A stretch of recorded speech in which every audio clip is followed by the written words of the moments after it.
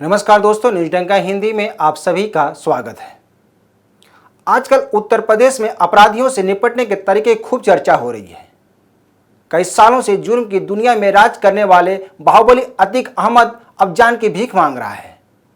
अतीक अहमद और उसका भाई जेल से बाहर नहीं आना चाहते हैं। उनका कहना है कि अगर वे जेल से बाहर आएंगे तो मार दिए जाएंगे।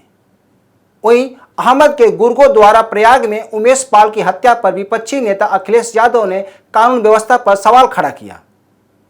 तब सीएम योगी ने सदन में जोरदार तरीके से अपनी बात रखी थी। उन्होंने कहा था कि अतीक अहमद को इस मुकाम तक पहुंचाने में समाजवादी पार्टी की अहम भूमिका है, लेकिन माफिया को हम मिट्टी में मिला देंगे। गौरतलब है कि बसपा विधायक राजू पाल की हत्या का मुख्य गवाह रहा उमेश पाल को भी गोलियों से भून दिया गया। उसकी हत्या करने के लिए अतीक अहमद ने 3 लेयर की योजना बनाई थी। हालांकि अतीक अहमद गुजरात के साबरमती जेल में बंद है। बावजूद इसके उसने कैसे अपराधियों से मिला, यह बड़ा सवाल है। इस घटना की सबसे बड़ी बात यह है कि क्या अतीक अहमद जिन लोगों से मिलता था उन पर नजर नहीं रखी जाती थी? यह बहस का विषय हो सकता है। इस घटना में जांच में जो सामने आया है उससे कई तरह के सवाल उठने लगे हैं। उमेश पाल की हत्या की साजिश गुजरात की जेल, इलाहाबाद विश्वविद्यालय का मुस्लिम हॉस्टल और बरेली की जेल में रची गई। सबसे बड़ी बात यह है कि मुस्लिम हॉस्टल में सारी प्लानिंग की गई, जिसमें अतीक अहमद का भाई अशरफ, एलएलबी छात्र सदाकत खान, शूटर मोहम्मद गुलाम, गुड्डू मुस्लिम, साबिर और अरबाज शामिल हैं। अरबाज को पुलिस एनकाउंटर में मार गिराया गया है। ये वो किरदार हैं जो इस घटना को अंजाम देने में किसी न किसी तरह से शामिल हैं। अतीक अहमद के बेटों को भी इस घटना में शामिल होने की बात कही जा रही है। बहरहाल हम आज सीएम योगी की उस नीति पर बात करेंगे जिस पर सवाल खड़े किए जाते हैं। उन्होंने उत्तर प्रदेश में अपराध पर नकेल कसने के लिए कई ऐसे काम किए हैं जो अपने आप में अनोखा है। यही वजह है कि सीएम योगी यह दावा करते हैं कि जब से बीजेपी की सरकार आई है तब से उत्तर प्रदेश में कोई दंगा फसाद नहीं हुआ है। ऐसा नहीं है कि यूपी में माहौल खराब करने की कोशिश नहीं की गई, ऐसा कई बार हुआ, लेकिन चुस्त प्रशासन के कारण समय रहते उसे संभाल लिया गया। नुपुर शर्मा के बयान से उपजे विवाद के बाद कानपुर में हुए विवाद को प्रशासन ने जल्दी दबा दिया था। इसमें शामिल लोगों के खिलाफ सरकार ने कड़े रुख अपनाते हुए आरोपियों की तस्वीर को चौक पर लगाए थे।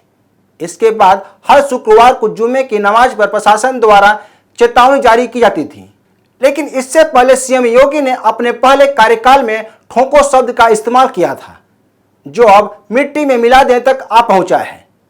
इससे पहले सीएम योगी ने कहा था कि इस चौराहे पर कुछ करोगे तो अगले चौराहे पर मार दिए जाओगे। इससे पहले सीएम योगी ने अपराधियों को चेतावनी देने वाले लहजे में कहा था कि अगर कायदे में रहोगे तो फायदे में रहोगे, वरना ठोक दिए जाओगे। सीएम योगी के इन बयानों पर हो हल्ला खूब मचा, लेकिन सीएम योगी अपने धुन में पक्के हैं। जो कहते हैं वे उसे करके दिखाते हैं। अपने पहले कार्यकाल से सीएम योगी ने यूपी की कानून व्यवस्था को चुस्त दुरुस्त करने में लगे हुए हैं। आज हालत यह है कि कोई अपराध करने से 100 बार सोचता है। सीएम योगी ने अपने पहले कार्यकाल में छोटे बड़े अपराधियों पर जोरदार तरीके से नकेल कसा। इसमें सबसे बड़ी आपराधिक घटना कानपुर के बिकरू में हुई थी। यह घटना 2020 में लॉकडाउन के दौरान घटी थी, जब बदमाश विकास दुबे के आदमियों ने 8 यूपी पुलिसकर्मियों को मौत के घाट उतार दिए थे। इससे पहले आजमगढ़, अलीगढ़ और शामली में हुई मुठभेड़ का खूब चर्चा हुई थी। इसके बाद जो कुछ हुआ उसे दुनिया अच्छी तरह से जानती है। बिकरू का मुख्य आरोपी विकास दुबे को मध्य प्रदेश में महाकाल में पकड़ा गया था, जिसके बारे में कई कहानियां प्रचलित हैं। बाद में विकास दुबे को मध्य प्रदेश से लाते हुए उसकी गाड़ी पलट गई थी और वह भागने की कोशिश की थी। उसके बाद पुलिस मुठभेड़ में उसे मार गिराया गया था, जिस पर कई तरह के सवाल खड़े किए गए थे। आज एक बार फिर एक बीजेपी नेता ने ऐसा ही बयान देकर राजनीति के पारे को गरमा दिया। लेकिन आज यूपी में ठोको नीति नहीं है, बल्कि मिट्टी में मिला देगी नीति कायम कर रही है, जिसमें अब ठोकने का काम नहीं हो रहा है, बल्कि अब अपराधियों के अवैध मकानों को बुलडोजर से गिराया जा रहा है। योगी सरकार अब बुलडोजर के जरिए अपराधियों के कमर तोड़ने का काम शुरू कर दिया है। राज्य सरकार ने अपराधियों के उन मकानों को अपना निशाना बना रही है जो अवैध रूप से बनाए गए हैं। इतना ही नहीं, ये मकान अपराधियों की शरणस्थली बन गए थे, जिन्हें प्रशासन ने चिन्हित कर उन्हें या तो तोड़ दिया या कब्जे में ले लिया। इसी कड़ी में अतीक अहमद के करीबी खालिद जफर की 2 मंजिला इमारत को जमींदोज कर दिया गया। बताया जाता है कि खालिद जफर अतीक का करीबी था। उस पर अतीक के साथ 6 केस दर्ज हैं, जो फिलहाल फरार बताया जा रहा है। कहा जा रहा है कि बुधवार को प्रयागराज में जिस मकान को तोड़ा गया उसमें उमेश पाल के शूटर रुके थे। इतना ही नहीं, अतीक अहमद की पत्नी ने इन शूटरों से मुलाकात भी की थी। जांच में यह भी पता चला है कि अतीक अहमद का प्रयागराज में जब मकान तोड़ा गया था तब अतीक का परिवार इसी बिल्डिंग में रुका था। वैसे केवल आपराधिक छवि वाले अतीक अहमद पर ही कार्रवाई नहीं की गई, बल्कि कई मामलों में योगी सरकार ने अपराधियों को सबक सिखाने के लिए इस कार्रवाई को अंजाम दिया। हालांकि राज्य सरकार कहती रही है कि ये कार्रवाइयां कानून सम्मत है।